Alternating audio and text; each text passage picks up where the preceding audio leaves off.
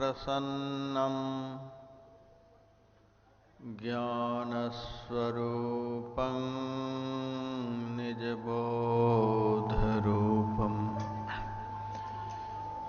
योगीन्द्रमीड्यं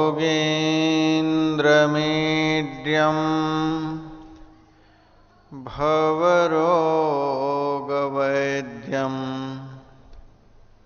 श्रीमद्गुरुं नित्यमहं नमामि।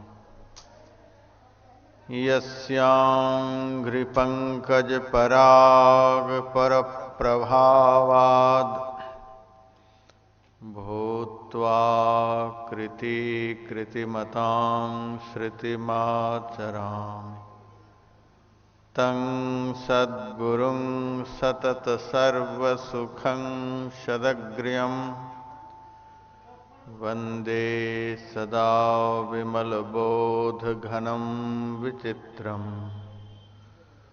वन्दो गुरुपदकञ्ज कृपासिन्धुनररूपहरि महामोहतमपुञ्ज जासु वचन रविकर्णिकर। मेरा मुझ में कुछ नहीं, जो कुछ है सब तोर, तेरा तुझको सौंपते क्या लागेगा मोर। लोकाभिरामं रणरंगधीरं राजीवनेत्रं रघुवंशनाथं कारुण्यरूपं करुणाकरन्तं श्रीरामचन्द्रं शरणं प्रपद्ये। करारविन्देन पदारविन्दं मुखारविन्दे विनिवेशयन्तं वटस्य पत्रस्य पुटे शयानं बालं मुकुन्दं मनसा स्मरामि। करचरणकृतं वा कायजं कर्मजं वा श्रवणनयनजं वा मानसं वापराधं विहितमवहितं वा सर्वमेतत्क्षमस्व। जय जय करुणाब्धे श्रीमहादेव शंभो। मनोजवं मारुततुल्यवेगं जितेन्द्रियं बुद्धिमतां वरिष्ठं वातात्मजं वानरयूथमुख्यं श्रीरामदूतं शरणं प्रपद्ये। या कुन्देन्दुतुषारहारधवला या शुभ्रवस्त्रावृता या वीणावरदण्डमण्डितकरा या श्वेतपद्मासना या ब्रह्माच्युतशङ्करप्रभृतिभिर्देवैः सदा वन्दिता सा मां पातु सरस्वती भगवती निःशेषजाड्यापहा। यं प्रव्रजन्तमनुपेतमपेतकृत्यं द्वैपायनो विरहकातरया जुहाव। पुत्रेति तन्मयतया तरवोऽभिनेदुस् तं सर्वभूतहृदयं मुनिमानतोऽस्मि। तं सर्वभूतहृदयं मुनिमानतोऽस्मि।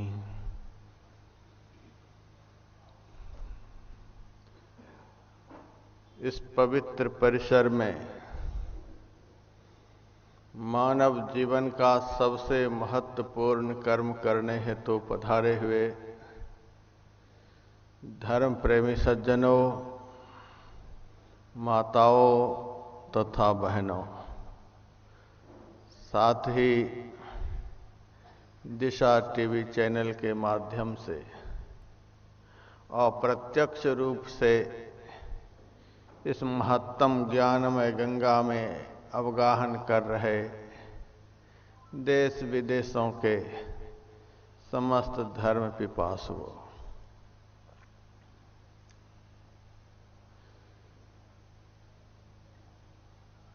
कल चर्चा हो रही थी, हम लोगों का जीवन एक नदी के समान है और इस जीवन के दो तट होते हैं। एक तट दुख है तो दूसरा तट सुख है।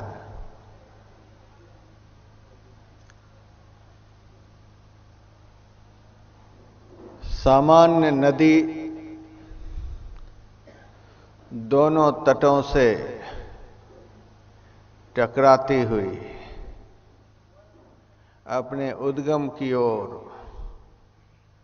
तीव्रतम गति से कल कल छल छल करती हुई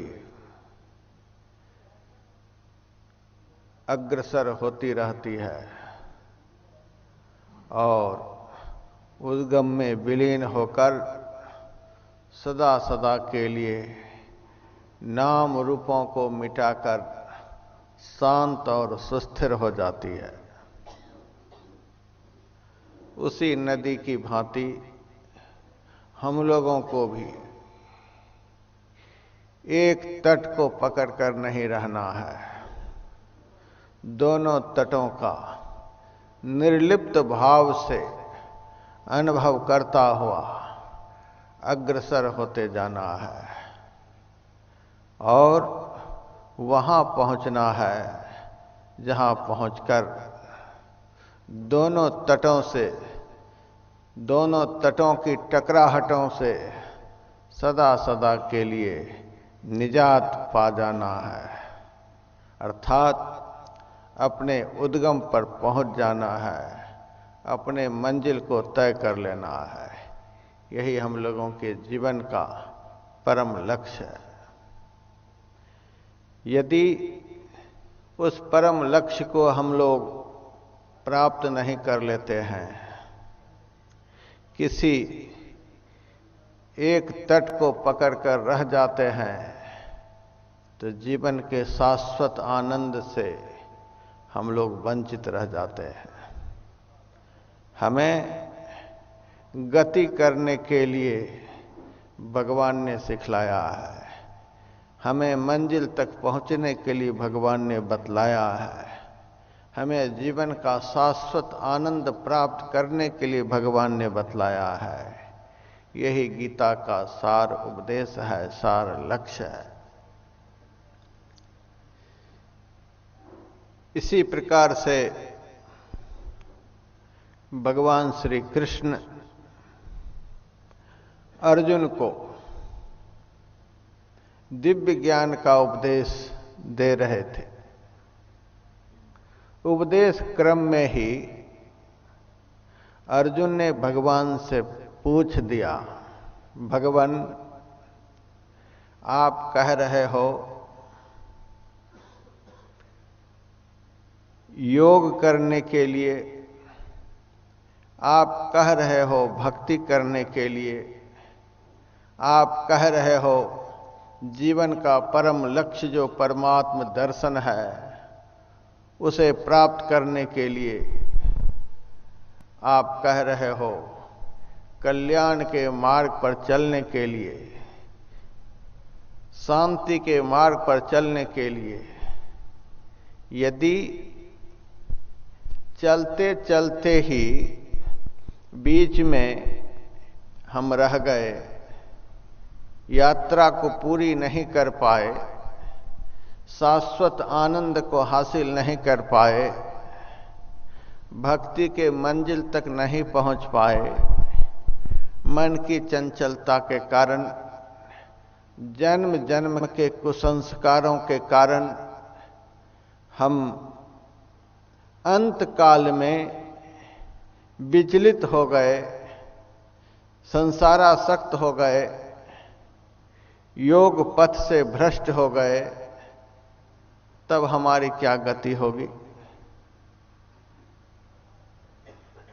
कहीं जैसे हवा के तीव्र झोंके से बादल तितर बितर हो जाता है, उसी तरह से हम तितर बितर तो नहीं हो जाएंगे, हम दुख के सागर में तो नहीं डूब जाएंगे।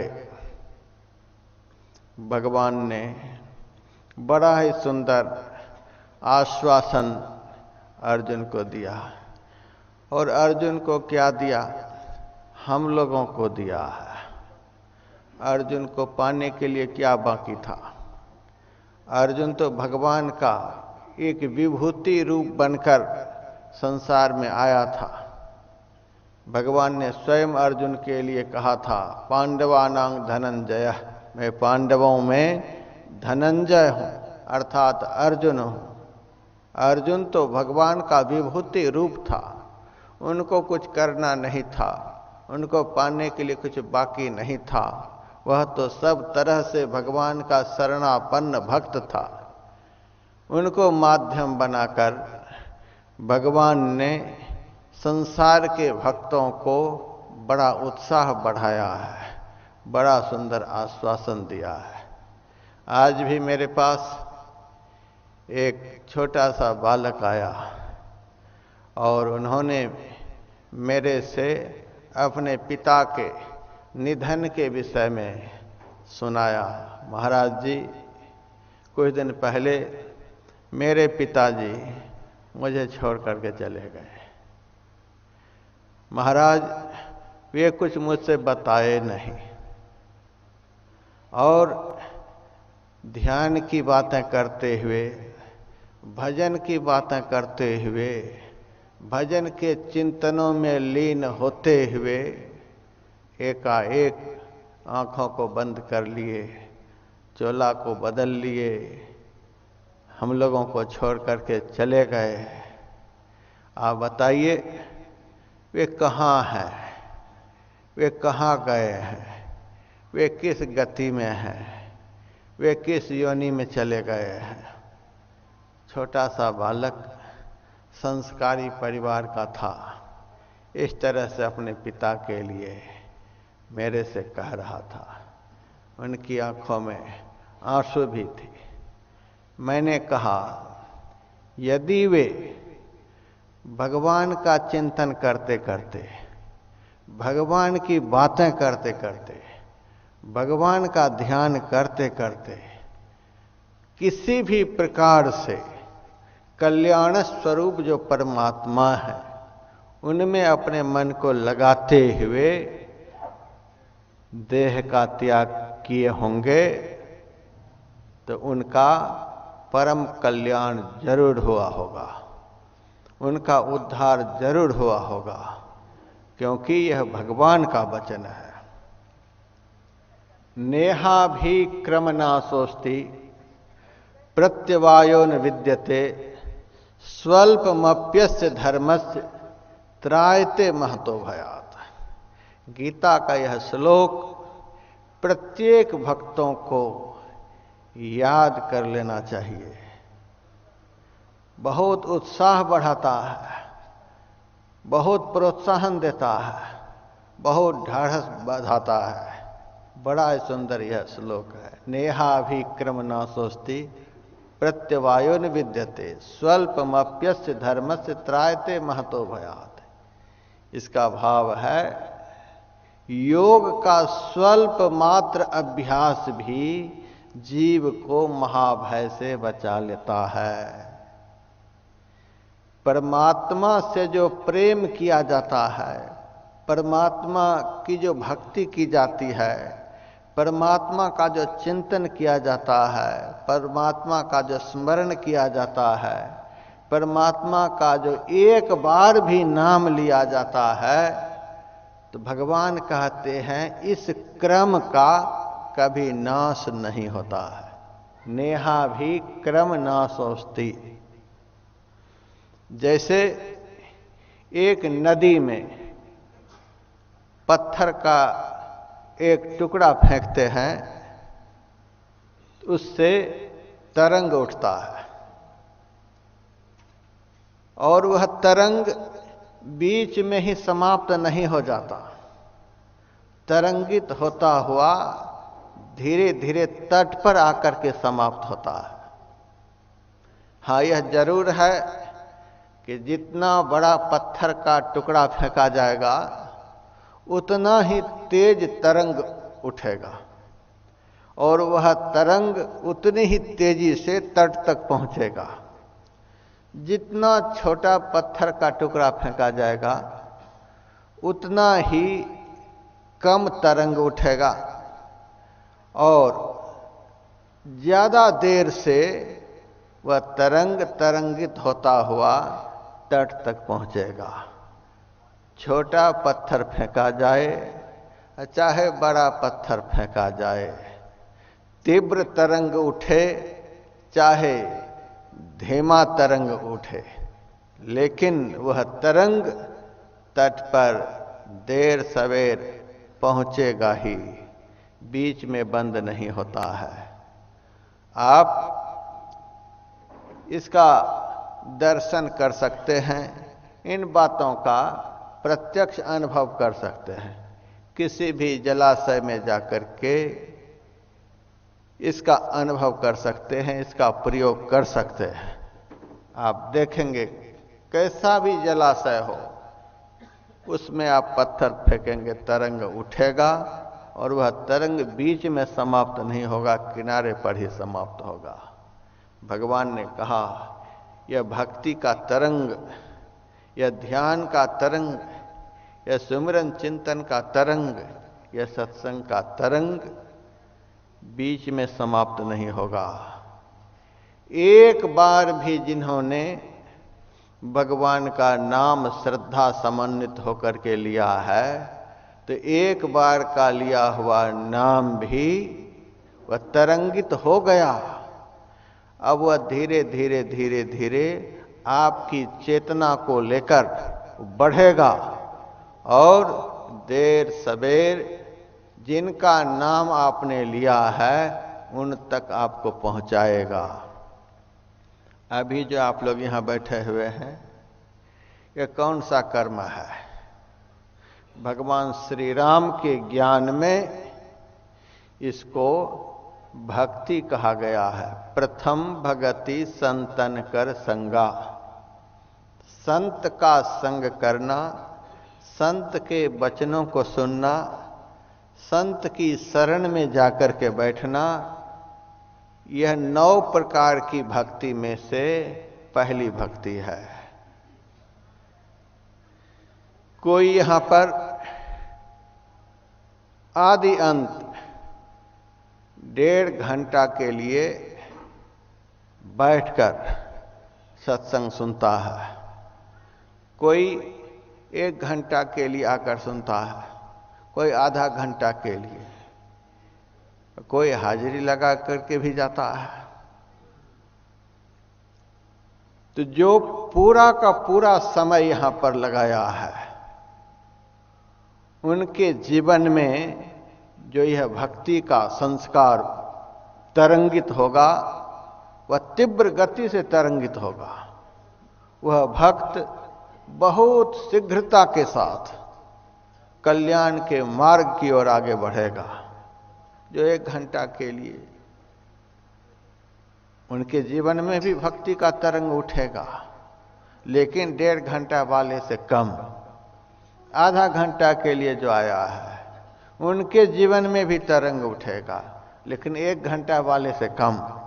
10 मिनट के लिए भी कोई आया है, 5 मिनट के लिए भी कोई आया है, और यदि कोई यहां आकर दर्शन भी करके गया है उनके जीवन में भी यह तरंग उठेगा ही, और यह भक्ति का तरंग उसे मंजिल तक पहुंचा करके ही छोड़ेगा। भगवान का यह आश्वासन वचन है। नेहाभिक्रम नाशोस्ति प्रत्यवायो निविद्यते स्वल्पमप्यस्य धर्मस्य त्रायते महतो भयात्। योग का स्वल्प मात्र अभ्यास भी जीव को महाभय से बचा लेता है। ध्रुव जी को जंगल में 6 महीने के अंदर ही भगवान का दर्शन हो गया। ध्रुव जी बड़े आनंदित हो रहे हैं। उस वक्त ध्रुव जी का दर्शन करने के लिए, ध्रुव जी जो भगवान का दर्शन कर रहे थे, उन भगवान से मिलने के लिए जंगल में रहने वाले बड़े बड़े ऋषि मुनि महात्मा आए। भीतर में तो बड़ा दिव्य आनंद है सबको, ध्रुव जी का भी दर्शन हो रहा है और ध्रुव के भगवान का भी दर्शन हो रहा है, लेकिन मन में कुछ आक्रोश है। महात्माओं ने भगवान से अपना आक्रोश वचन सुनाया। भगवान, ध्रुव जी चक्रवर्ती सम्राट का बेटा है, बहुत धनवान घर का बेटा है, देखने में बहुत सुंदर है, जाति में क्षत्रिय है, बहुत ऊंचा कुल संस्कार का है। इसीलिए आपने 6 महीने के अंदर ही इसको दर्शन दे दिया। हम लोग देखने में सुंदर नहीं हैं, सिर के बाल सफेद हो गए, देह में झुर्रियां पड़ गई हैं, नीच कुल खानदान के हैं, चक्रवर्ती सम्राट के बेटे भी नहीं हैं, धनवान भी नहीं हैं, एक साधारण साधु हैं।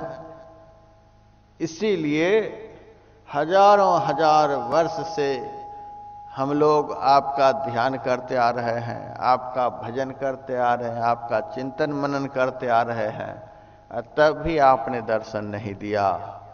इनको 6 महीने के अंदर ही दर्शन दे दिया। हम लोगों को अब आप से यही शिकायत है कि भगवान होते हुए भी आपकी दृष्टि में इतनी बड़ी विषमता क्यों है। भगवान ने समस्त साधु महात्माओं से कहा, ऋषियों, आपकी बातों पर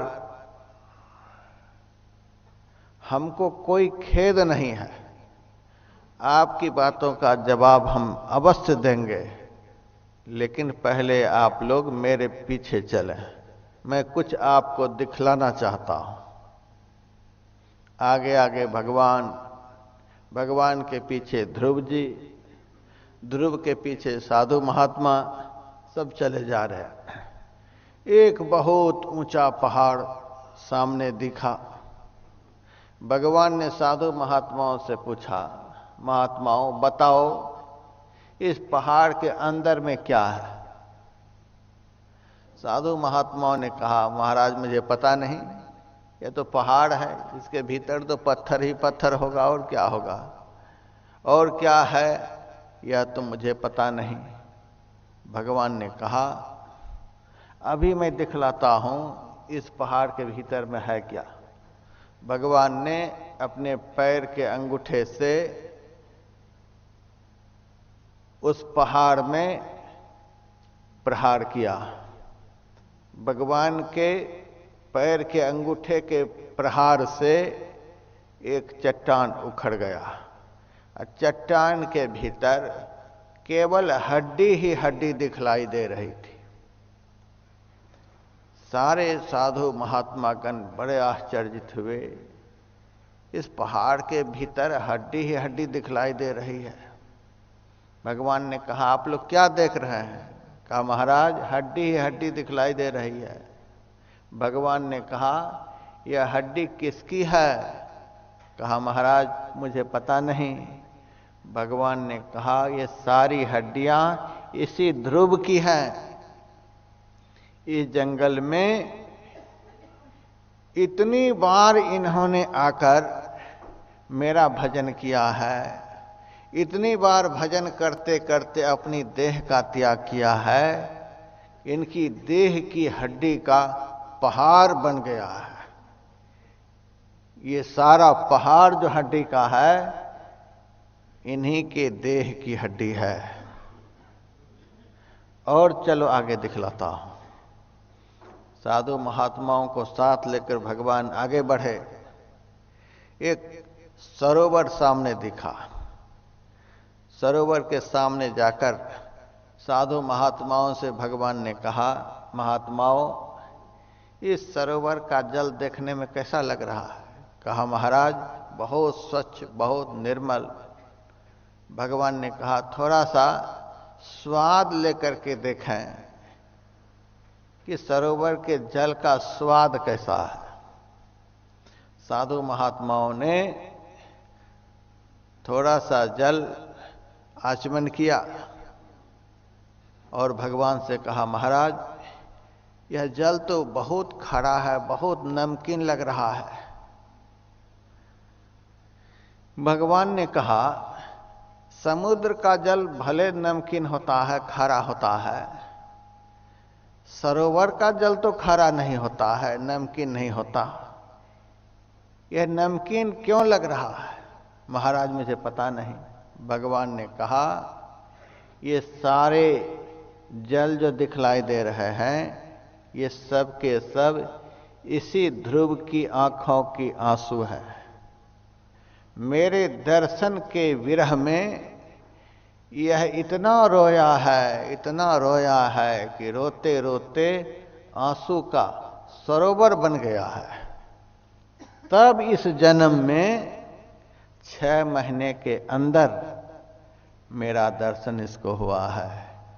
यह एक जन्म के पुण्य का फल नहीं है, एक जन्म के भक्ति का तरंग इसको यहां तक नहीं पहुंचाया है। यह बहुत जन्मों का पुण्य का फल है। अनेक जन्म संसिद्धिस ततो याति परां गतिम। अनेक जन्मों के पुण्य फल जब संचित होते हैं तब परम गति की प्राप्ति होती है, तब मेरा दर्शन होता है। तो बहुत जन्मों से यह करते आ रहा है, बहुत जन्मों से भक्ति का संस्कार इसके पीछे पीछे चलता आ रहा है, भजन का संस्कार चलता आ रहा है, और इस जन्म में आकर वह संस्कार पूर्ण हो गया। हम लोग 1 मिनट में चाहते हैं दर्शन हो जाए, एक ही दिन में भगवान सामने प्रकट हो जाए, आगे पीछे के कर्मों को नहीं देखते हैं, वर्तमान कर्म को हम लोग नहीं देखते हैं, तुरंत दर्शन के लिए आकुल व्याकुल हो जाते हैं। गुरु नानक देव जी महाराज की वाणी में, भरी सागर भगति करी जय। एक गिलास भक्ति से भगवान का दर्शन नहीं होता है, एक बाल्टी भक्ति से भगवान का दर्शन नहीं होता है। भरी सागर भगति करी जाए। समुद्र में जितना जल है उतना भजन करना पड़ेगा, लेकिन उतना भजन एक ही जन्म में नहीं हो जाएगा। जैसे बूंद बूंद से घड़ा भर जाता है, घड़ा घड़ा से एक सरोवर बन जाता है, बहुत सरोवर के जल इकट्ठा होकर एक नदी का रूप ले लेता है, बहुत नदियां मिलकर एक समुद्र की आकृति को धारण कर लेती है। उसी तरह से धीरे धीरे भजन का संस्कार बढ़ता हुआ एक दिन भक्त को पूर्णता की प्राप्ति करा देता है। एक ही दिन में कोई पूर्ण नहीं हो जाता है। भगवान ने कहा, इस क्रम का अंत नहीं होता है। यही एक ऐसा सार्थक कर्म है जो फल दिए बगैर कर्ता को रहता नहीं है। यह सार्थक श्रम है। एक न एक दिन यह कर्म आपके मनोरथ को पूर्ण करके छोड़ेगा। अब बाकी जो कर्म संसार में हो रहा है वह निरर्थक श्रम है। परमात्म प्राप्ति के लिए, परमात्म दर्शन के लिए, आत्मा और परमात्मा के मिलन के लिए, उस परम सत्ता को पाने के लिए, उस जीवन के परम लक्ष्य को पाने के लिए जो परिश्रम किया जाता है, उस परिश्रम को शास्त्रों में सार्थक श्रम कहा गया है। यह सब श्रम सार्थक है। अभी जो आप लोग बैठे हुए हैं, यह सार्थक श्रम है। जिनको बैठने की आदत नहीं है तो भी यहां पर 1.5 घंटा के लिए बैठे ही रहते हैं। शरीर में कष्ट भी होता है, आसन को बदलते हैं, कमर को कभी सीधी करते हैं, कभी कमर टेढ़ी हो जाती है, जैसे तैसे 1.5 घंटे तक यहाँ परिश्रम करके जाते हैं। यह परिश्रम महान फल आपको प्रदान करेगा। भगवान का यही आश्वासन वचन है। यह श्रम आपका सार्थक श्रम है। इसके अलावे जो संसार में लोग कर्मों में दिन रात लिप्त रहते हैं, उसका कोई फल नहीं है, वह निरर्थक श्रम है। अपने पुत्र के लिए सारे जीवन आप परिश्रम करके मर जाइए, कोई फल हाथ नहीं लगेगा। अपने भाई के लिए सारे जीवन दुकानदारी करते रहिए, मरने के बाद कुछ हाथ लगने वाला नहीं। अपने शरीर के लिए सारे जीवन सब कुछ करते रहिए, अंत काल में कुछ हाथ लगने वाला नहीं।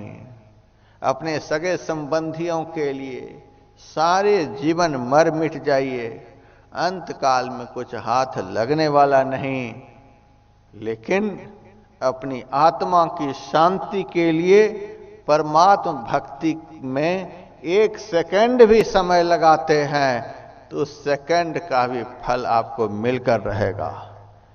और वह सेकंड धीरे धीरे मिनट में बदलेगा, मिनट घंटा में बदलेगा, घंटा दिन में बदलेगा, दिन महीना में बदलेगा, महीना वर्ष में बदलेगा।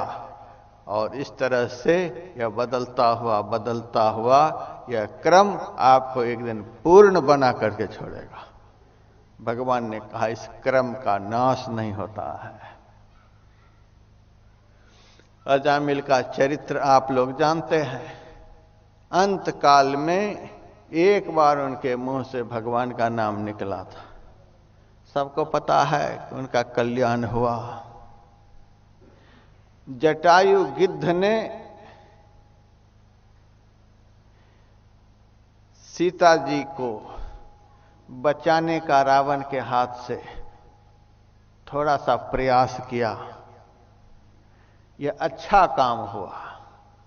भले ही नीच जाति का वह पक्षी था, लेकिन काम उन्होंने अच्छा किया।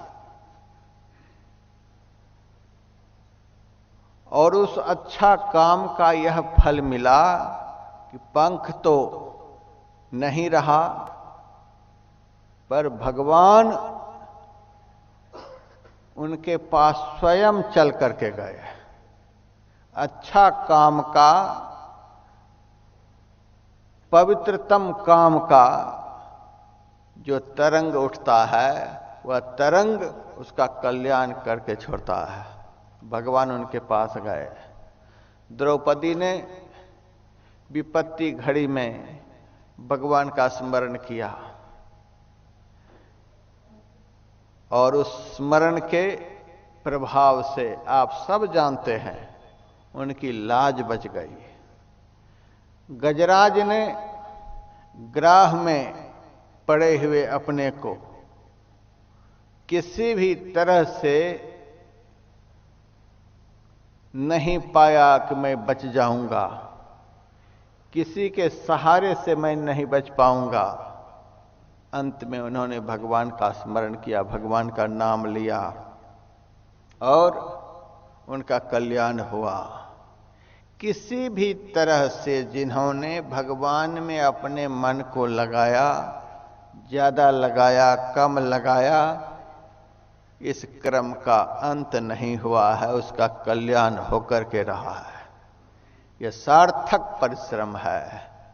तो अर्जुन ने पूछा, आप कहते हो भजन करने के लिए, ध्यान लगाने के लिए, भजन करते करते भजन में पूरे नहीं हुए, अंत काल में चंचल मन के कारण विषयों में हमारी वृत्ति चली गई और शरीर पूरा हो गया, फिर हमारा क्या होगा?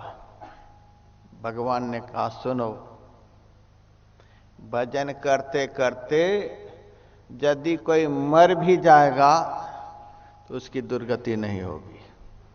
भगवान का नाम लेते लेते कोई मर भी जाएगा तो उसकी दुर्गति नहीं होगी। किसी शास्त्र में यह नहीं लिखा हुआ है कि इलेक्शन लड़ते लड़ते कोई मर जाएगा तो उनको मोक्ष मिल जाएगा। किसी भी शास्त्र में यह नहीं लिखा हुआ है कि खेतों में काम करते करते कोई मर गया तो उसका परम कल्याण हो गया है। किसी भी शास्त्र में यह नहीं लिखा हुआ है कि दफ्तर में काम करते करते कोई मर गया तो उनको वैकुंठ मिल गया। किसी भी शास्त्र में यह नहीं लिखा हुआ है कि दुकान में बैठा हुआ दुकानदारी करता हुआ सारे दिन 99 करता हुआ मर गया और उसका परम कल्याण हो गया। किसी भी शास्त्र में नहीं लिखा हुआ है कि सारी दुनिया के लोगों में आसक्त रहता हुआ कोई मर गया तो उसका परम कल्याण हो गया। कहीं यह सब नहीं लिखा हुआ है, लेकिन यह जरूर लिखा हुआ है कि थोड़ा बहुत भी जिन्होंने मानव जीवन में उस प्रभु का स्मरण चिंतन किया है तो उसका जरूर देर सवेर कल्याण हुआ है। संत कबीर साहब की वाणी में, भक्ति बीज बिन सै नहीं, जो जुग जाय अनंत, ऊंच नीच घर जन्म ले तब संत को संत। भक्ति बीज पलटे नहीं, आई पड़े जो चोल, कंचन जो बिष्ठा परे, घटे न ताको मोल। भक्ति के बीज का कभी नाश नहीं होता है। संत सद्गुरु जिस समय अपने शिष्य को कोई पवित्र नाम स्मरण करने के लिए बतला देते हैं, इस नाम का स्मरण करो, वह नाम जो दिया वह नाम उसके भीतर में जाकर बीज का रूप धारण कर लिया। जौ का बीज यदि खेतों में हर साल नहीं डालते रहेंगे तो घुन जाएगा, कीड़ा उसमें लग जाएगा, खत्म हो जाएगा। खेतों में डालने वाले जितने भी बीज हैं, यदि उसकी सुरक्षा नहीं हुई, समय पर खेतों में नहीं डाले गए, सारे बीज घुन जाते हैं, कीड़े लग जाते हैं, वे खत्म हो जाते हैं। लेकिन पहुंचे हुए संत सद्गुरु का दिया हुआ जो भगवान का नाम रूपी बीज है, उस बीज का किसी भी काल में नाश नहीं होता है। भक्ति बीज बिन से नहीं, जो जुग जाए अनंत, अनंत जुग बीत जाएगा तो भी उस बीज में कीड़ा नहीं लगेगा, वह बीज कभी घुनेगा नहीं और देर सवेर बहुत गुना आनंद रूपी फल आपको प्रदान करके ही छोड़ेगा। ऐसा सार्थक कर्म करने के लिए हम लोग यहां आए हुए हैं। भगवान ने कहा, पार्थ नैवेह नामुत्र विनाशस्तस्य विद्यते। हे पार्थ, कल्याण के मार्ग पर जो चलता है, भक्ति के मार्ग पर जो चलता है, मुझे पाने के लिए जो चलता है, मेरा दर्शन करने के लिए जो भक्त चलता है और बीच में ही उसका शरीर पूरा हो जाता है, मेरे तक नहीं पहुंच पाता है, तो भी सुनो, पार्थ नैवेह नामुत्र विनाशस्तस्य विद्यते। उसका ना इस लोक में विनाश होता है, ना उस लोक में विनाश होता है। न यहां वो विनाश को प्राप्त होगा, न यहां से जाने के बाद जो परलोक मिलेगा वहां वह विनाश को प्राप्त होगा। और भगवान ने कह दिया, नहीं कल्याण कृत कश्चित दुर्गतिं तात गच्छति। कल्याण के मार्ग पर चलने वाले की अधोगति दुर्गति कभी नहीं होती है। इस संसार में 3 मार्ग हैं जिस मार्ग पर दुनिया के लोग दिन रात चलते हैं। एक मार्ग का नाम है जल मार्ग, दूसरा मार्ग का नाम है थल मार्ग, और तीसरा मार्ग का नाम है वायु मार्ग। स्टीमर से, नाव से तैरकर जल मार्ग से लोग चलते हैं। जल ही जल चलता हुआ जल की सीमा को पार कर जाते हैं। दूसरा है थल मार्ग, कार के द्वारा, ट्रेन के द्वारा, पैदल, जैसे भी हो, जमीन ही जमीन, धरती पर किसी भी तरह से चलता हुआ आदमी एक जगह से दूसरी जगह जाता है। इसको कहते हैं थल मार्ग। तीसरा है वायु मार्ग। फ्लाइट से लोग एक शहर से दूसरे शहर में, एक देश से दूसरे देश में चले जाते हैं। ये ही 3 मार्ग संसार में हैं। लेकिन 3 में से एक भी मार्ग को किसी भी शास्त्र में, किसी भी संतों ने, किसी भी ऋषियों ने, किसी भी अवतारी पुरुषों ने कल्याण का मार्ग नहीं बताया। कभी कभी भक्त लोग हमको 1-1 करोड़ की गाड़ी पर बिठा लेते हैं और एक शहर से दूसरे शहर में लेकर के चले जाते हैं। मन में रहता है जल्दी से पहुंच जाऊं, जल्दी से पहुंच जाऊं। ऐसा मन में नहीं रहता है कि 1 करोड़ की गाड़ी है तो इस पर दिन रात बैठा ही रहूं। बहुत पैसा वाला गाड़ी है। हम गाड़ी भी इसीलिए नहीं रखते हैं कि यदि हम अपनी गाड़ी रखेंगे तो करोड़ की गाड़ी पर नहीं चढ़ पाएंगे। बहुत सारे भगत लोग हैं, लाखों भगत जुड़े हुए हैं, अब बढ़िया से बढ़िया गाड़ी पर बिठाते हैं। यदि अपनी गाड़ी होगी तो एक ही गाड़ी पर हम सड़ जाएंगे। अपना जो नहीं है, इसीलिए हजारों लाखों भक्त हमारे लिए गाड़ी को लाइन में लगा करके रखते हैं, तरह तरह की गाड़ी पर बिठाते हैं। करोड़ करोड़ की गाड़ी पर, 2-2 करोड़ की गाड़ी पर। आप लोग तो जानते ही हैं कि आजकल करोड़ की कोई कीमत नहीं रह गई है। लेकिन मन में ऐसा नहीं होता है कि इतने करोड़ की गाड़ी है तो इसी गाड़ी में बैठा रहूं, दिन रात ये गाड़ी चलती ही रहे, मैं कहीं पहुंच नहीं पाऊं, एकदम रास्ते में ही रहूं। मेरे मन में तो ऐसा नहीं होता है।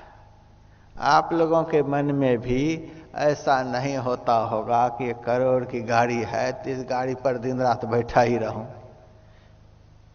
उस गाड़ी में बैठने वाले का मन भी ऊब जाता है कि जल्दी से पहुंच जाऊं, जल्दी से उतर जाऊं गाड़ी पर से, मन में होता है।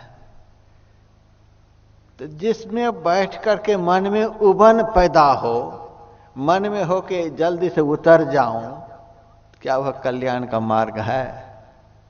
वह कल्याण का मार्ग नहीं है। शताब्दी ट्रेन से चलता हूं, राजधानी से भी चलता हूं, फर्स्ट क्लास में चलता हूं, सेकंड क्लास में चलता हूं, आप लोग भी चलते होंगे। सबको पता है कि इतने बज के इतने मिनट पर यह ट्रेन यहां पहुंच जाएगी, समय का पता है। और राजधानी ट्रेन में, शताब्दी ट्रेन में बतला भी दिया जाता है कि अब यह स्टेशन आने वाला है। तब भी पहले से ही यात्री लोग अटैची लेकर के तैयार रहते हैं।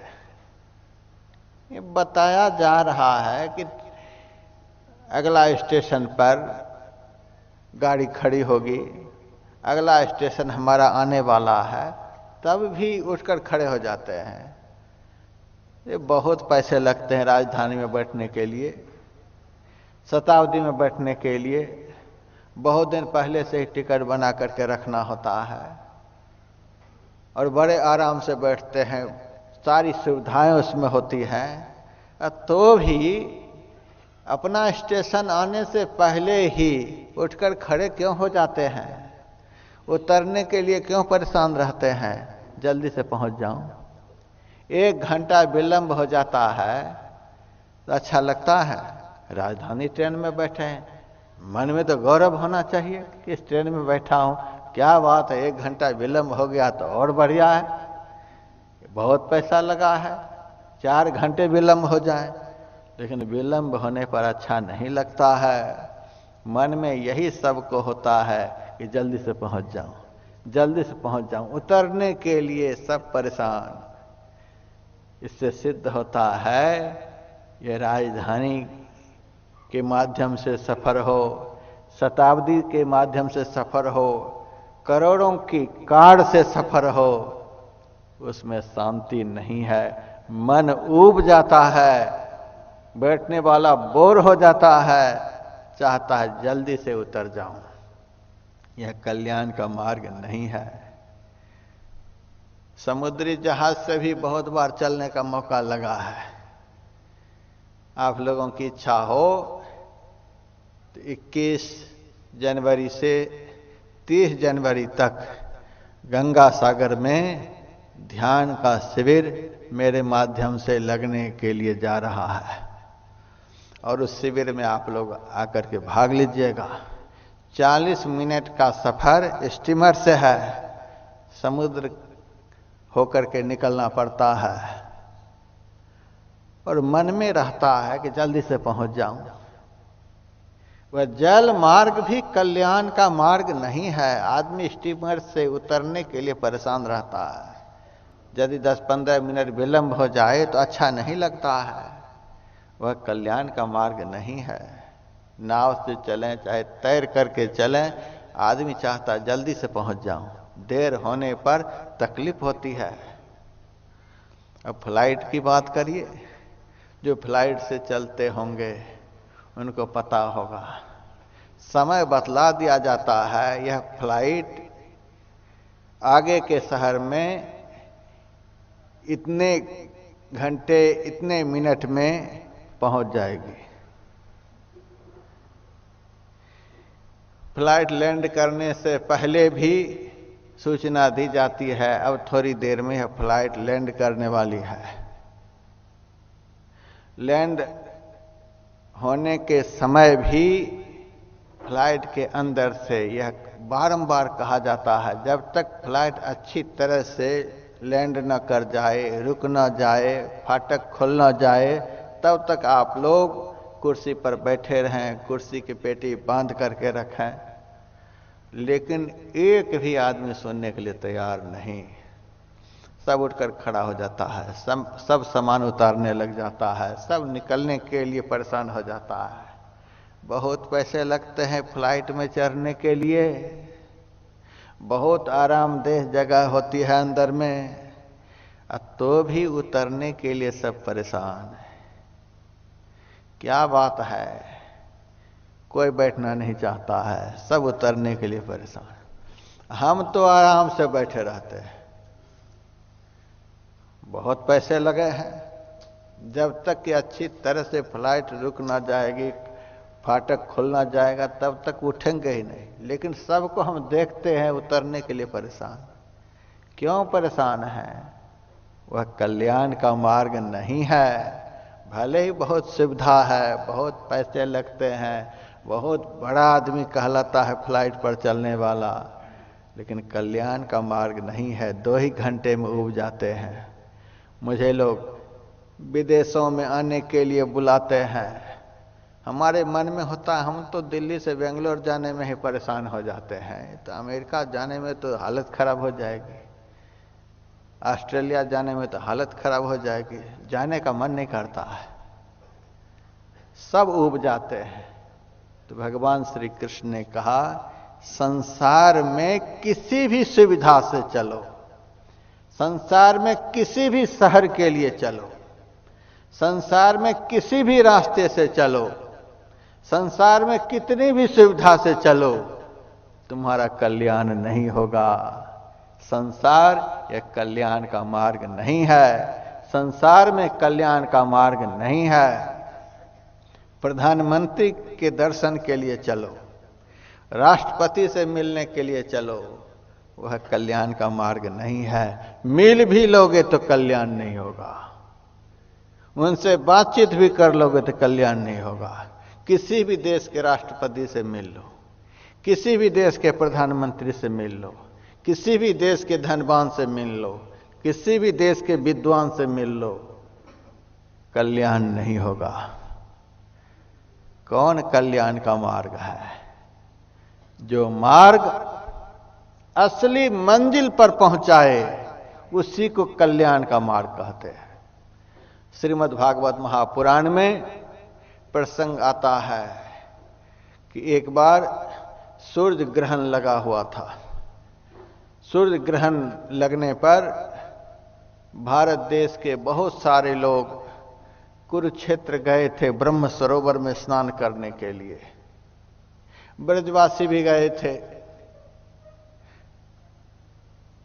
हस्तिनापुर के निवासी भी गए हुए थे, द्वारकावासी भी गए हुए थे, बहुत जगह से लोग गए हुए थे। भगवान श्री कृष्ण को साथ लेकर माता देवकी और वसुदेव जी भी गए हुए थे, नंद यशोदा ये सब भी गए हुए थे, सबके सब गए हुए थे। सबों ने सूर्य ग्रहण के पश्चात ब्रह्म सरोवर में स्नान किया। बड़े बड़े ऋषि मुनि महात्मा भी गए हुए थे। सब भगवान श्री कृष्ण के दर्शन करने के लिए आए। वसुदेव जी भी बैठे हुए हैं, भगवान श्री कृष्ण भी बैठे हुए हैं, बहुत सारे लोग वहां पर बैठे हुए हैं। उसी वक्त वसुदेव जी ने देवर्षि नारद जी से पूछा था, महाराज आपसे मैं कुछ पूछना चाहता हूं। नारद जी ने कहा, आप मेरे से क्या पूछना चाहते हैं? वसुदेव जी ने कहा, मैं आपसे यह पूछना चाहता हूं कि कल्याण का स्वरूप क्या है? सब आदमी कहते हैं महाराज कृपा करो मेरा कल्याण हो जाए। सब आदमी महात्मा के पास जाकर यही कहता है महाराज मेरा कल्याण हो जाए। तो कल्याण का तो एक अर्थ यह भी होता है कि मर जाने के बाद वैकुंठ मिल जाए, मर जाने के बाद स्वर्ग मिल जाए, उसका कल्याण हो गया। यानी मरने के बाद वह स्वर्ग वैकुंठ चला गया, इसी को लोग कल्याण समझते हैं। लेकिन मैं आप लोगों को विश्वास दिलाता हूं और इस धर्म की गादी पर से बैठकर समाज को भ्रमित करने का प्रयास नहीं करता हूं। मरने पर की जो यह बात होती है कि मेरा कल्याण हो जाए, इस पर कोई विश्वास मत करना। कल्याण होता है जीते जी। जीते जी जिन्होंने अपना परम कल्याण नहीं कर लिया तो मरने के बाद उसका कभी कल्याण नहीं होगा। कबीर साहब ने साफ साफ कह दिया, अबहु मिला सो तबहु मिलेगा, नहीं तो जमपुर भाषा। अभी जो मिला है वही आगे मिलेगा। अभी तो नरक में पड़े हुए हैं, मरने के बाद वैकुंठ मिल जाएगा। इन बातों पर कोई विश्वास मत करना। योग सिखोपनिषद में भगवान शिव का वचन है, पिंड पातेन या मुक्ति सा मुक्तिर्न तुमन्यते देहे ब्रह्मत्व मायाते जलानांग सैंदवंगे था अनन्यतांगे दायाति तदा मुक्तः न उच्यते। शरीर के त्याग होने के बाद जो मुक्ति की बात लोग करते हैं वह असली मुक्ति नहीं है। जैसे समुद्र में नमक को डाल देने पर वह नमक समुद्र के जल में घुलकर मिलकर एक हो जाता है, उसी तरह से शरीर के रहते रहते ही जिन्होंने भजन के द्वारा अपनी आत्मा को परमात्मा रूपी समुद्र में लीन कर दिया है, उसी का कल्याण होता है, उसी की मुक्ति होती है। मरने पर की मुक्ति के भरोसे कोई मत रहना। तो वसुदेव जी समस्त ऋषि मुनि महात्माओं के सामने यह प्रश्न पूछ रहे हैं, महाराज आप बताओ कि कल्याण का स्वरूप क्या है। देवर्षि नारद जी ने कहा, आप मेरे से कल्याण का स्वरूप पूछ रहे हैं, बड़े आश्चर्य की बात है। जैसे तीर्थ में रहने वाला तीर्थ के महत्व को नहीं समझता है, गंगा के किनारे रहने वाला गंगा के महत्व को नहीं समझता है, महापुरुष की शरण में रहने वाला महापुरुष के महत्व को नहीं समझता है, उसी तरह से जिनके घर में साक्षात कल्याण के स्वरूप परमात्मा प्रकट हुए हैं, वे उस परमात्मा के महत्व को नहीं समझ पा रहे हैं। आप मेरे से कल्याण का स्वरूप पूछ रहे हैं, आपके सामने जो आपका पुत्र श्री कृष्ण बैठा हुआ है, ये ही साक्षात कल्याण के स्वरूप है। यह आपका पुत्र देखने में लग रहा है, ये जगत के माता पिता हैं। ये साक्षात परमात्मा जब जब धरती पर धर्म का ह्रास होता है, अधर्म की वृद्धि होती है, संत महापुरुष सताए जाते हैं, दुष्ट जनों का उत्कर्ष होता है, तब तब इनका अवतार होता है।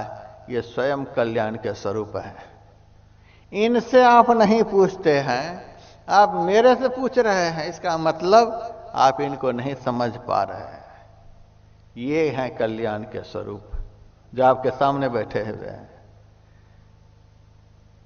भागवत का यह प्रसंग है। ऋषि मुनियों ने कहा कि एकमात्र परमात्मा ही कल्याण के स्वरूप हैं, और उस परमात्मा के दर्शन के लिए जो प्रयास करते हैं, भजन चिंतन जो भी सत्कर्म करते हैं, समझिए वे कल्याण के मार्ग पर चल रहे हैं।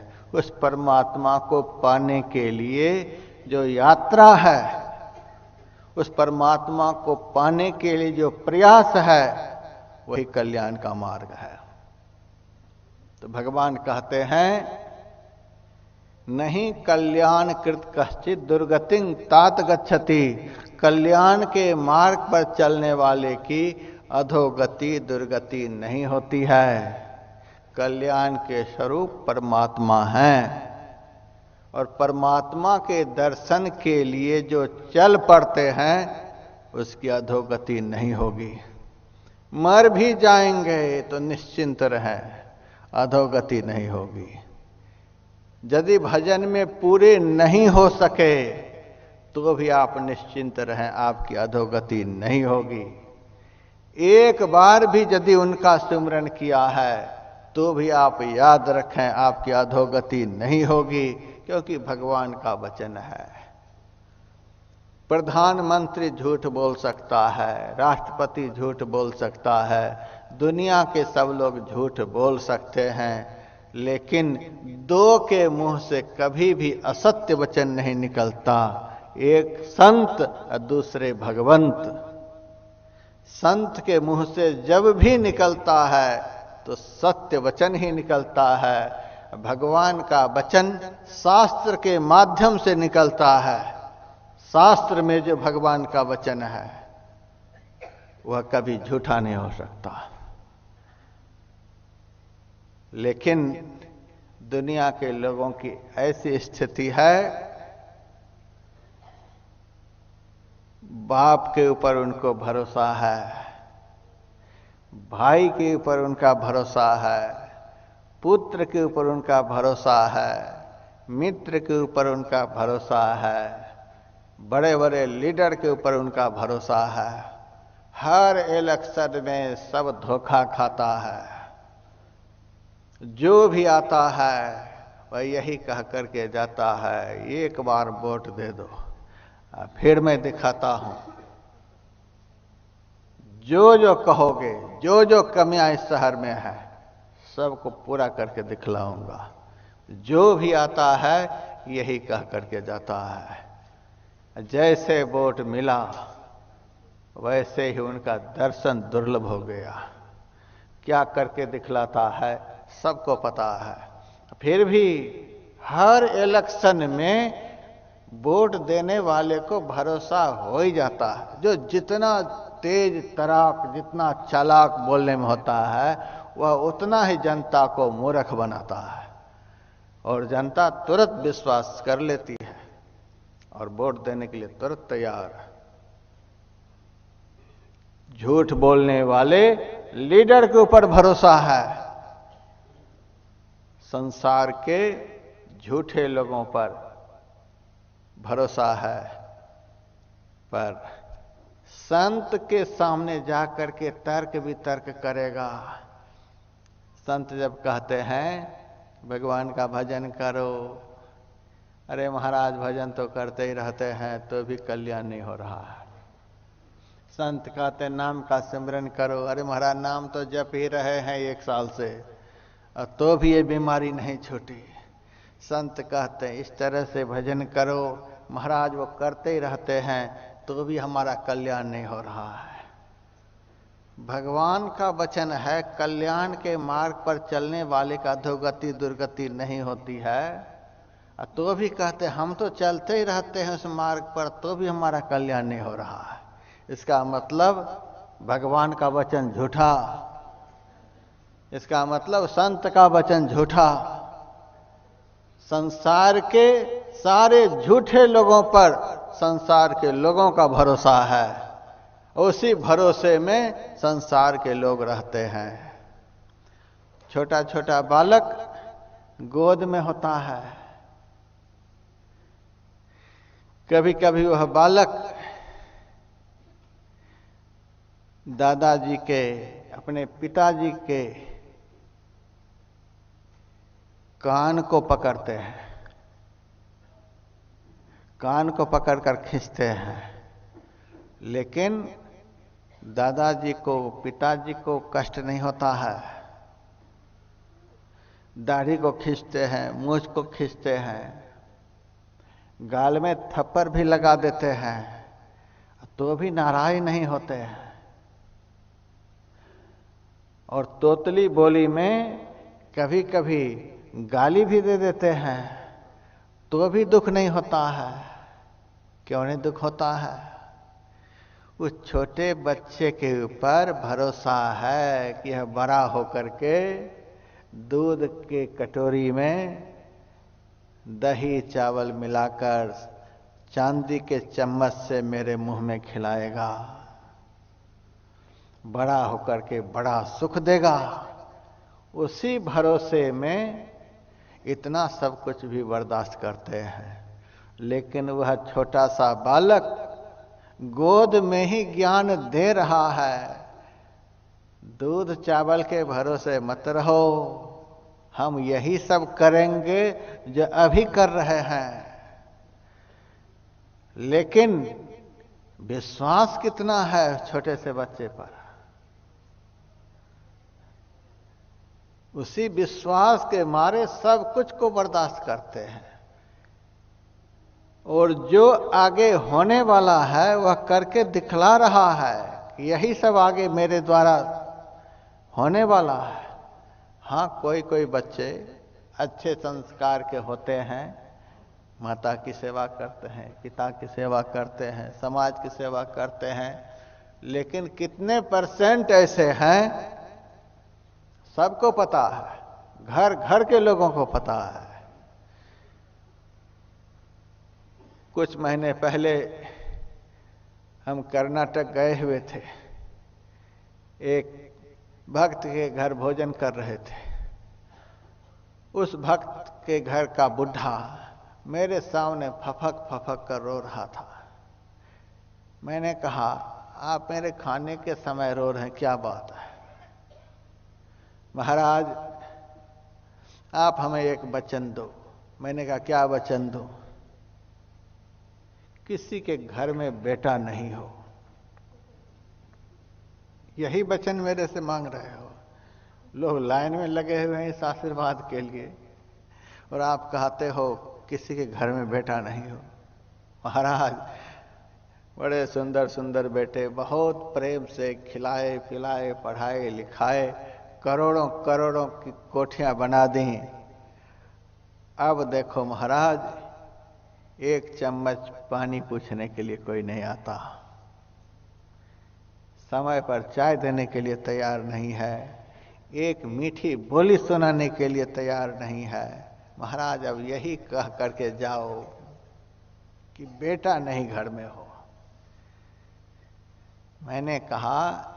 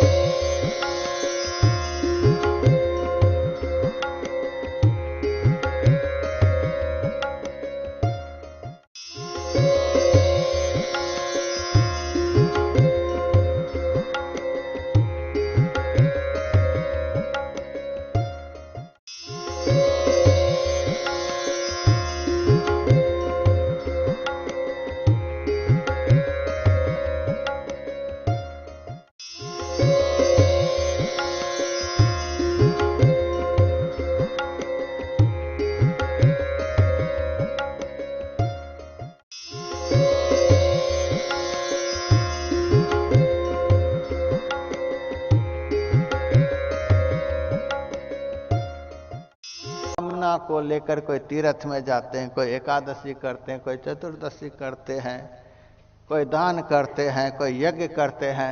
सांसारिक पदार्थों को पाने के लिए, सांसारिक उपलब्धियों के लिए बहुत तरह के शुभ कर्म करते हैं, सत्कर्म करते हैं। यह उपधर्म है, यह धर्म का एक प्रदर्शन मात्र है। सबसे बड़ा धर्म वह है जो धर्म स्वरूप परमात्मा का दर्शन करा दे, परमात्मा के शरण में पहुंचा दे। इसीलिए भगवान ने गीता के 18वें अध्याय में सारे धर्मात्मा पुरुषों को यह ज्ञान दे दिया कि सबसे बड़ा धर्म यही है कि किसी भी तरह से मेरी शरण में आ जाओ। यही सबसे बड़ा धर्म है। यज्ञ के द्वारा यदि वहां तक पहुंच जाते हो तो हमें कोई यज्ञ का खिलाफ नहीं करना है। दान के द्वारा ही पहुंच जाओ, वही सबसे बड़ा धर्म होगा। तीर्थ जाने से ही यदि वहां पहुंच जाओ कोई बात नहीं, उसी को हम सबसे बड़ा धर्म कहेंगे। आप गाना बजाना को ही सबसे बड़ा धर्म समझ रहे हो, उसी के द्वारा यदि आप वहां तक पहुंच जाते हैं, मैं उसी को धर्म कहता हूं। लेकिन आप देख लो सब कुछ करके, दुनिया में जितने भी धर्म के अंग हैं उनको अपना करके देख लो। यदि भगवान तक पहुंच जाते हो तो मैं उसी को सबसे बड़ा धर्म कहता हूं। लेकिन इन धर्मों के चक्कर में आप संसार में ही उलझ करके रह जाएंगे। सभी धर्मों को छोड़कर तो मेरी शरण में आ जा एक बार मेरी शरण। अहं त्वा सर्व पापेभ्यो, मैं तुझे सभी पापों से मुक्त कर दूंगा, तो चिंता मत कर। एक बार मेरी शरण में आ जा, निश्चिंत हो जाओगे, फिर कोई चिंता नहीं। यही सबसे बड़ा धर्म है। और अर्जुन भगवान की शरण में आया।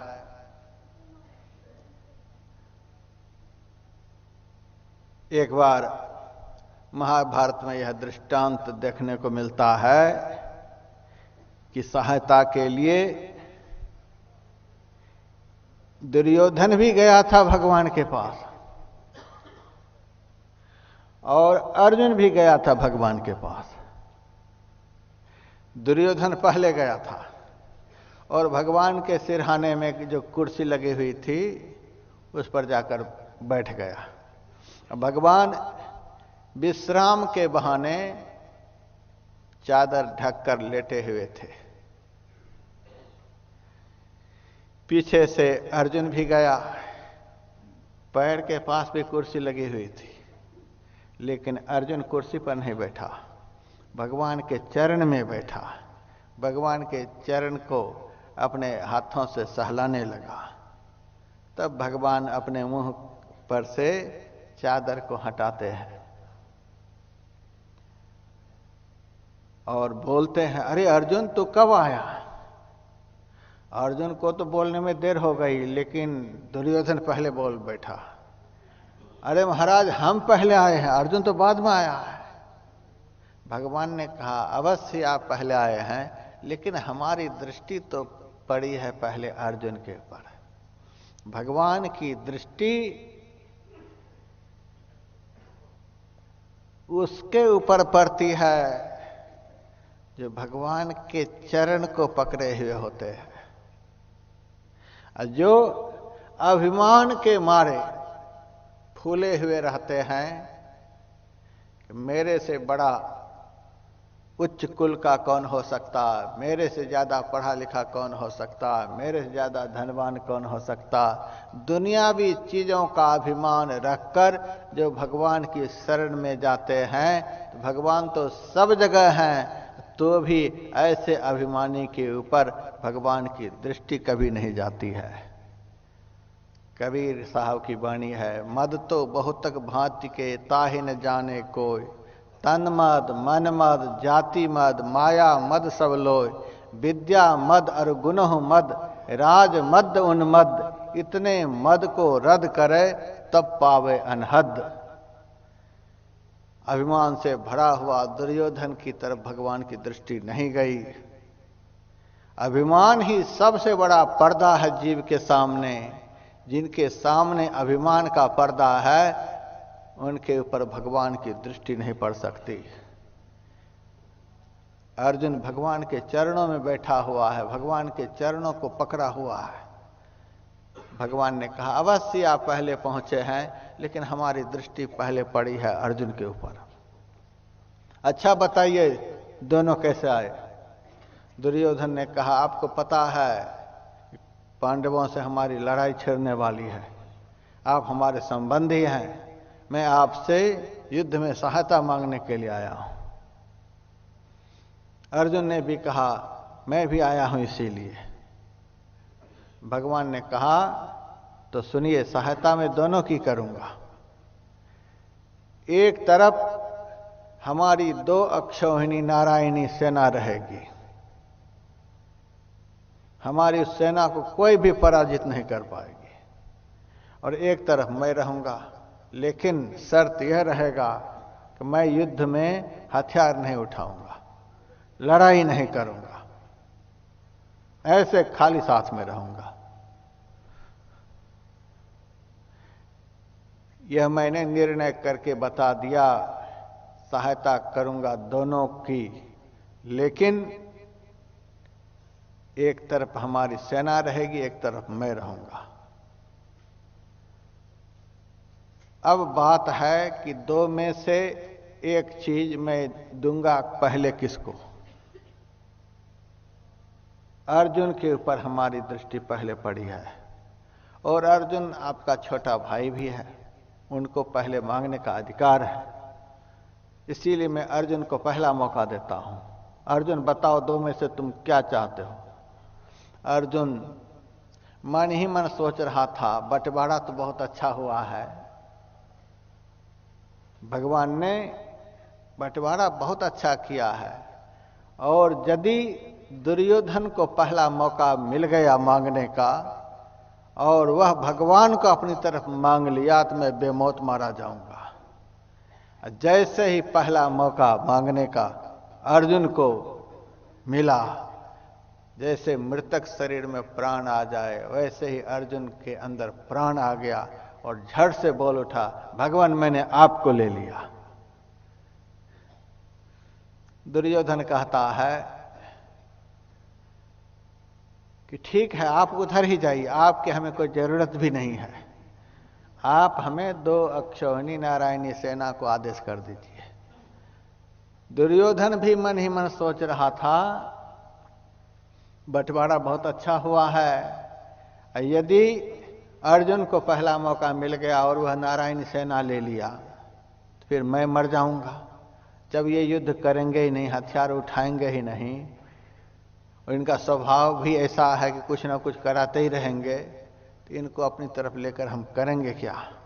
वह भी कहता है आप उधर ही चले जाइए, आपके हमें कोई जरूरत नहीं। भगवान मन ही मन सोचते अच्छा मेरी जरूरत नहीं है, अच्छा कोई बात नहीं, पता चलेगा। 2 तरह के भक्ति संसार में होते हैं। एक भक्त वे हैं जो भगवान से भगवान को चाहते हैं, और दूसरे भक्त वे हैं जो भगवान से भगवान के पदार्थ को चाहते हैं। अथवा एक भक्त वे हैं जो भगवान को चाहते हैं, एक भक्त वे हैं जो भगवान से चाहते हैं। जो भगवान के दर्शन को छोड़कर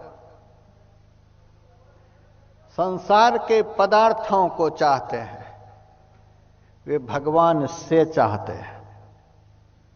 उन भक्तों की गिनती अब क्या कहा जाए, दुनिया के लोग सुन रहे हैं। उन भक्तों की गिनती दुर्योधन में आती है। दुर्योधन ने भगवान से चाहा, नारायणी सेना मुझे दे दीजिए, और जो भगवान से भगवान को चाहते हैं वे अर्जुन सरीखे भक्त हैं।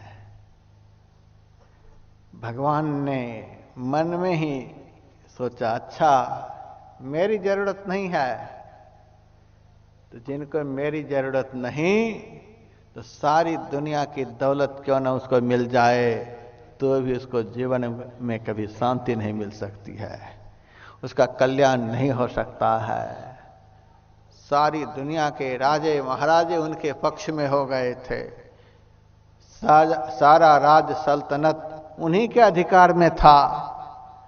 100 भाई थे, एक से एक सब बलवान थे, और पांडव तो 5 ही भाई, राज सल्तनत भी इनके पास में नहीं। आप लोग तो कोरोना काल में इस बार जरूर महाभारत देखे होंगे, जरूर सबको पता होगा कि दुर्योधन की अंत क्या हुआ, दुर्योधन की अंत गति क्या। कबीर साहब ने तो पहले ही कह दिया, 16 योजन मध्य में चले छत्र की छाही रे, और सोई दुर्योधन मिली गए माटी के माही रे। अस्तित्व खत्म हो गया। जो भगवान से चाहा, भले ही जब तक जीवन में रहा बहुत बड़ा कहलाया, लेकिन अंत में उनका अस्तित्व नहीं रह गया, वो मिल गए मिट्टी में। अर्जुन ने भगवान को अपने पक्ष में लिया। दुर्योधन के लिए भगवान ने नारायणी सेना को आदेश कर दिया, जाओ इनकी तरफ। सेना चली गई, सेना को लेकर दुर्योधन चला गया। अर्जुन की परीक्षा लेते हुए भगवान ने कहा, अरे अर्जुन तू बुरी तरह ठगा गया, कितना अच्छा मौका मैंने तुमको दिया, लेकिन तू ठगा गया। अर्जुन ने कहा मैं ठगा गया? कहा हाँ। अर्जुन कहता कैसे ठगाया? भगवान ने कहा युद्ध में लड़ने वाले की जरूरत होती है, हथियारबंद की जरूरत होती है। मैंने पहले कहा मैं युद्ध में लड़ाई नहीं करूंगा, हथियार नहीं उठाऊंगा, तो ऐसे को लेकर तू करेगा क्या? अर्जुन ने कहा भगवान लड़ने के लिए तो अर्जुन ही अकेला काफी है। और हथियार की बात करते हैं तो हमारे गांडीव धनुष में इतनी ताकत है कि एक ही दिन में महाभारत की लड़ाई को खत्म कर दूंगा। हमारे भाई भीम की गदा में इतनी शक्ति है कि एक ही दिन में सारे वीरों को धराशायी कर देंगे। मैंने जो अपने पक्ष में आपको लिया है, लड़ाई के लिए नहीं लिया है, लड़ाई खत्म करने के लिए लिया है। जीवन में जो महाभारत का संग्राम छिड़ा हुआ है, उस संग्राम को समाप्त करने के लिए आपको पक्ष में लिया है। भगवान ने कहा, मुझे आप अपने पक्ष में लेकर मेरे से क्या कराओगे? अर्जुन ने कहा, आज तक जो आपसे कोई नहीं कराए होंगे सो मैं आपसे कराऊंगा। भगवान ने कहा, क्या कराओगे? अर्जुन ने कहा, सारथी का काम कराऊंगा। आपको मैं अपना रथ का सारथी बनाऊंगा।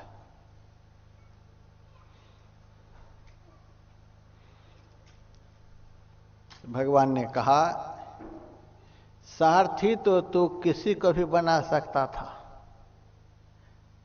मुझे ही क्यों बना रहे हो? अर्जुन ने कहा, सारथी तो बहुत बन सकते हैं, लेकिन सच्चा सारथी आपको छोड़कर कोई भी नहीं बन सकते। दुनिया में जितने भी सारथी हैं, जितने भी सारथी होंगे, ये तो केवल घोड़े के बागडोर को पकड़े रहेंगे। लेकिन आप ही एक ऐसे सारथी हो कि जो उस रथ पर बैठेगा, उसके जीवन के बागडोर को पकड़ कर रखोगे। जीवन के बागडोर को पकड़ कर रखने वाले आपको छोड़कर संसार में कोई सारथी नहीं हो सकते। मैं आपको इसीलिए सारथी बनाना चाहता हूं कि अपने जीवन का बागडोर आपके हाथ में सौंप कर मैं निर्द्वंद हो जाऊंगा। अब मुझे कोई चिंता नहीं रह जाएगी। यह लड़ाई कौन सी बात है? यह महाभारत की लड़ाई कौन सी बात है? यह तो साधारण लड़ाई है। हमारे अंदर में जो कुरुक्षेत्र का मैदान है, जिस मैदान में ऐसे ऐसे दुश्मन, ऐसे ऐसे शत्रु अनंत काल से मेरे से युद्ध कर रहे हैं, उनसे विजय आपको छोड़कर कोई भी सारथी नहीं दिला सकते। और उन शत्रुओं का नाम अर्जुन ने बतलाया। वे शत्रु हमारे हृदय रूपी संग्राम में युद्ध करने के लिए 2400 घंटे डटे रहते हैं। किसी का नाम काम है, किसी का नाम क्रोध है, किसी का नाम लोभ है, किसी का नाम मोह है, किसी का नाम ईर्ष्या है, किसी का नाम अभिमान है। और इन समस्त दुश्मनों से बढ़कर, इन समस्त शत्रुओं से बढ़कर, इन शत्रुओं को पैदा करने वाला हमारा चंचल मन है। उससे बड़ा शत्रु संसार में कोई भी नहीं हो सकता, जो हमारे हृदय रूपी कुरुक्षेत्र के मैदान में अनंत काल से हमारे साथ संघर्ष करता आ रहा है। इन शत्रुओं को जो पराजित कर दे, उनके सामने संसार में कोई योद्धा टिक नहीं सकता है। वही संसार का सबसे बड़ा वीर है। और भगवान श्री कृष्ण ने भी यह गीता में सिद्ध कर दिया है। अर्जुन, भीष्म पितामह कोई बहुत बड़ा बलवान शत्रु तुम्हारा नहीं है। कर्ण तुम्हारे लिए कोई बड़ा बलवान शत्रु नहीं है। दुशासन कोई बड़ा बलवान शत्रु तुम्हारा नहीं है। जय शत्रु महाबाहो काम रूप दुरासदम, यह काम विकार ही दुर्जय शत्रु है। काम ऐसा क्रोध ऐसा रजोगुण समुद्भव महासनो महापापमा वैरेन में विद्यते। काम ऐसा क्रोध ऐसा रजोगुण समुद्भव है, रजोगुण से उत्पन्न यह काम ही क्रोध है। महासनो महापापमा यह शत्रु दिन रात भूखा ही रहता है।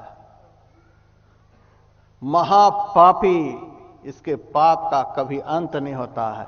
विद्येन में वैरिणा यही जीव का जन्म जन्म का शत्रु है। महाराज उन शत्रुओं को हम तब तक पराजित नहीं कर पाएंगे जब तक कि आप मेरे जीवन के बागडोर को नहीं पकड़ लेंगे। ये शत्रु हमारे लिए कुछ भी नहीं, उन शत्रुओं को पराजित कराना है आपको। तो इस प्रकार से अर्जुन भगवान के लिए समर्पित था। तो क्या परिणाम निकला? दुर्योधन मिट्टी में मिल गया और अर्जुन कल्याण को प्राप्त हुआ। अर्जुन का कल्याण हुआ है। तो कल्याण के स्वरूप परमात्मा है और उसी परमात्मा पर सबको भरोसा करना है। इसीलिए भगवान ने 18वें अध्याय में कहा सर्वधर्मान परित्यज्य मामेकं शरणं व्रज।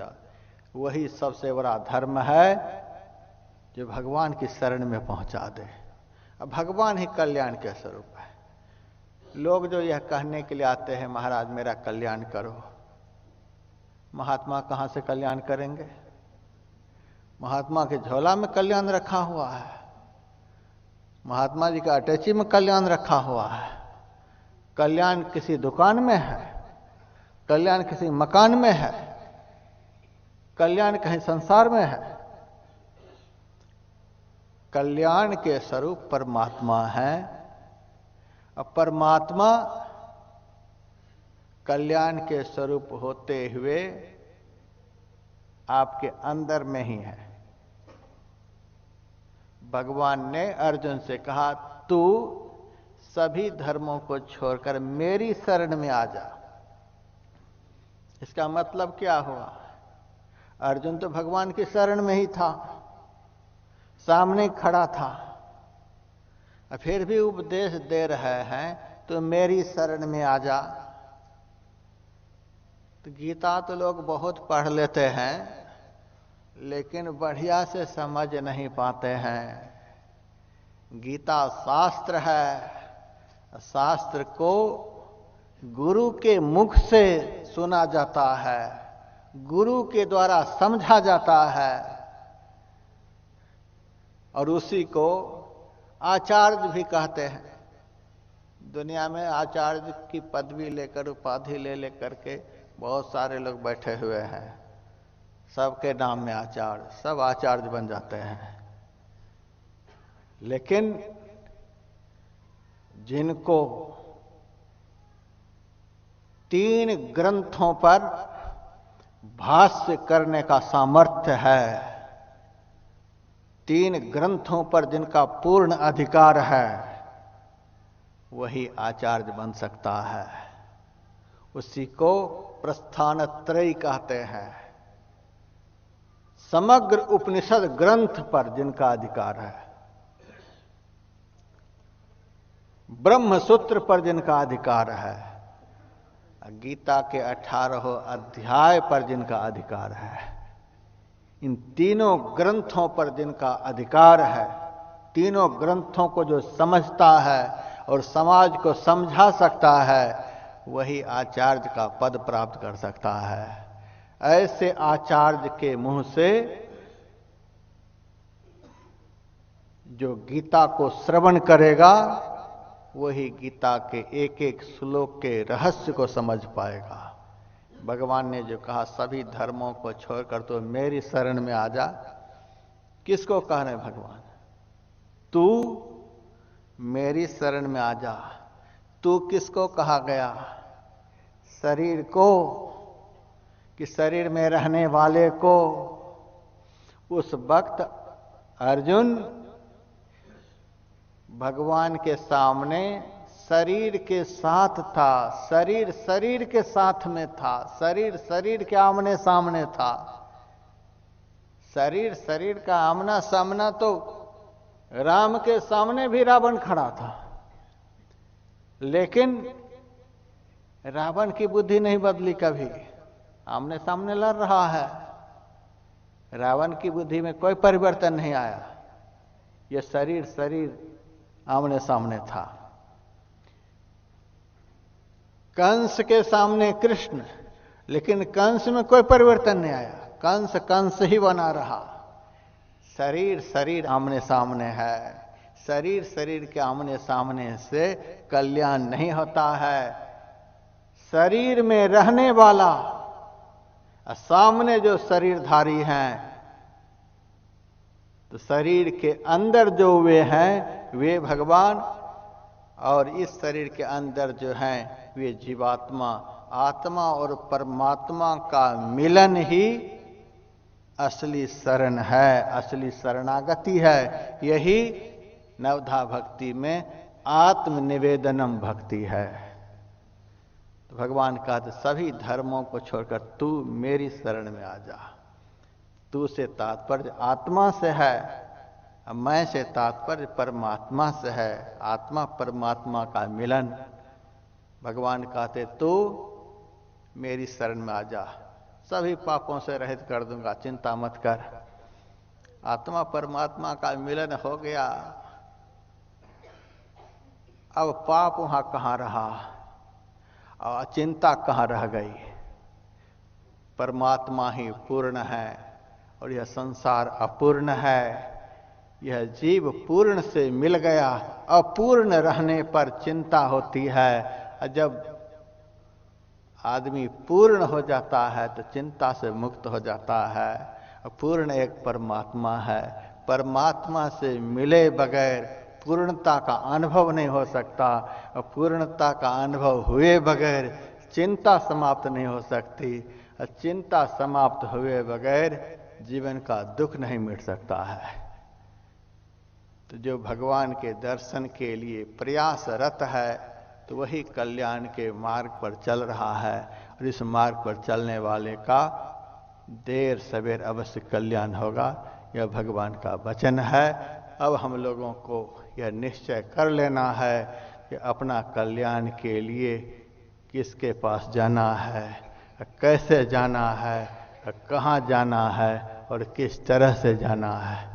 3 दिनों में यह सब मैं आप लोगों को गीता के माध्यम से बतलाऊंगा। समय से आने का प्रयास करेंगे। हमारे दिशा टीवी चैनल वाले बड़े धर्मात्मा हैं, अवश्य इस चैनल का आस्था चैनल की तरह, संस्कार चैनल की तरह विस्तार नहीं हो पाया है, लेकिन बहुत श्रद्धावान है और बहुत श्रद्धा भक्ति रखता है। इनकी तरफ से मेरे पास फोन आ गया, महाराज कल से कथा में 5 मिनट का समय हम अपनी तरफ से बढ़ा देंगे। पैसे उतने ही, लेकिन समय बढ़ा देंगे। तो आज भी बढ़ा दिया।